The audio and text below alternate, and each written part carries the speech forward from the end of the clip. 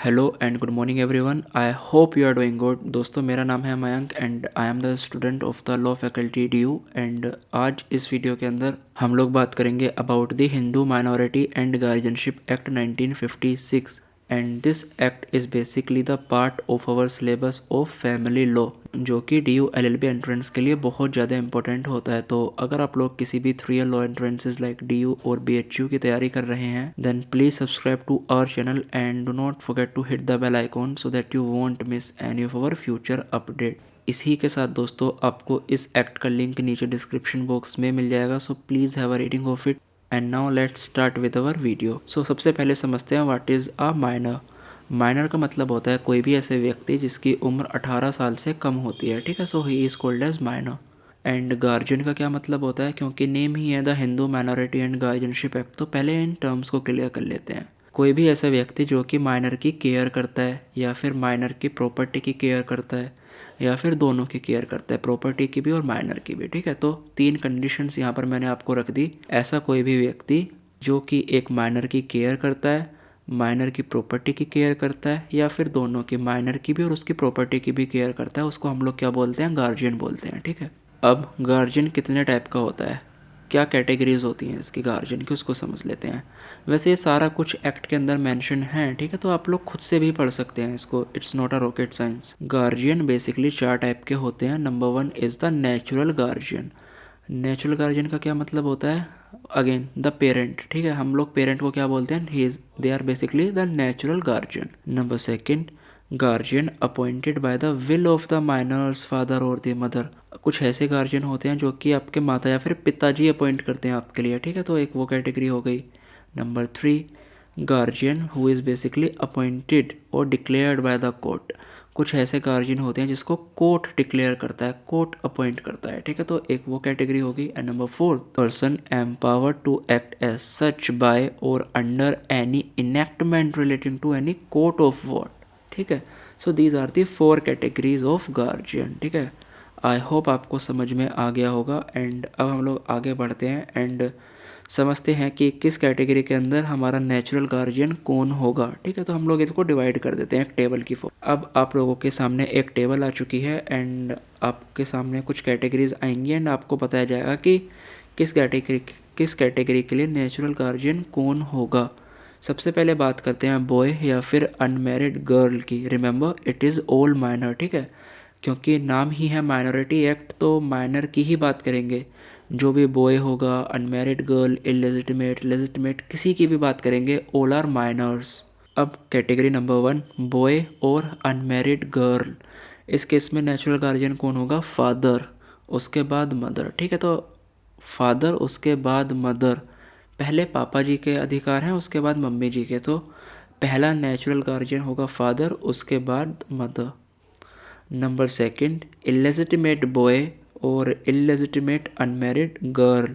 Hair जब भी illegitimate की बात होती है तो मदर को पहले हक मिलता है, so the natural guardian would be mother then the father. इसके अलावा if the girl is married, in that case the husband will be the natural guardian, ठीक है। उसके बाद if the son is adopted, अगर आपने किसी को अडोप्ट किया है, यहाँ पर सन हो या फिर डॉटर हो, अडोप्टेड अगर आपने किया है, so adopted father and then the mother, ठीक है। इसके अलावा लॉ ने कुछ सर्टेन कंडीशंस भी इम्पोज करी हैं जब एक व्यक्ति को नेचुरल गार्जियन का अधिकार नहीं दिया जा सकता। वो कंडीशंस हैं, number 1 if ceases to be a Hindu, and number 2 if renounce the world by becoming a hermit, that is vanaprastha, or an ascetic, that is yati or sanyasi. So these are the 2 conditions. अगर इनमें से कुछ है तो फिर हम उसको नेचुरल गार्जियन कंसिडर नहीं करेंगे। फॉर एग्ज़ाम्पल आपके पापा हैं एंड उन्होंने हिंदुज़म को छोड़ दिया, ठीक है, उन्होंने कन्वर्ट कर लिया किसी और रिलीजन के अंदर, तो he will not be considered as your natural guardian by law. इसके अलावा लॉ ने नेचुरल गार्जियन के लिए कुछ कंडीशंस भी इम्पोज करी हैं, ठीक है, कुछ रिस्ट्रिक्शंस लगाई हैं। क्या हैं वो रिस्ट्रिक्शंस, उनको भी देखते हैं। Number 1 any part of the immovable property of minor can not be mortgaged और चार्ज और ट्रांसफ़र बाय सेल, गिफ्ट और एक्सचेंज और अदरवाइज, ठीक है। Number 2 The natural guardian cannot lease property for more than 5 years or for a term extending more than 1 year beyond the date on which the minor will attain majority।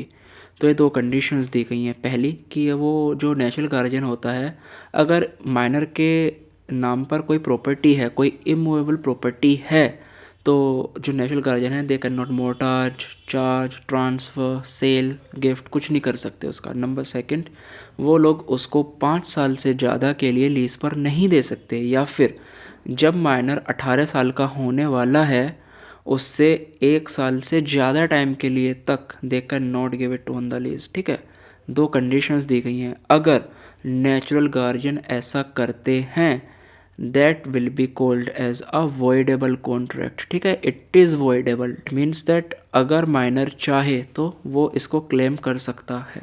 ठीक है जी, अगर आपको यहाँ तक सब कुछ समझ में आ गया है, विच आई होप आ गया होगा, बट अगर नहीं आया है देन एक बारी वीडियो को फिर से देख लेना रिवाइंड करके, या फिर आप लोग खुद से एक्ट को एक बारी पढ़ लेना, आपको समझ में सब कुछ आ जाएगा। अब हम लोग बात करते हैं about the testamentary guardian. Testamentary guardian are appointed by the natural guardian. ठीक है, आपको सिर्फ इतना ध्यान रखना है कि इनको नेचुरल गार्जियन अपॉइंट करता है।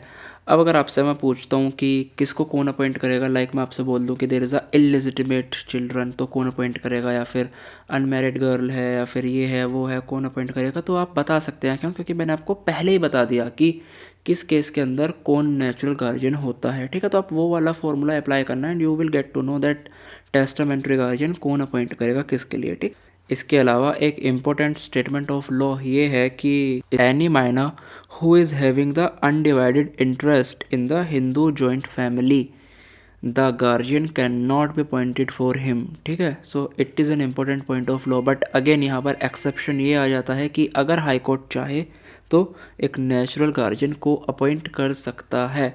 अब गाइज यहाँ पर पूरा फंडा आप लोग समझो कि पूरा मोटिव क्या है, इस पूरे एक्ट का मोटिव क्या है।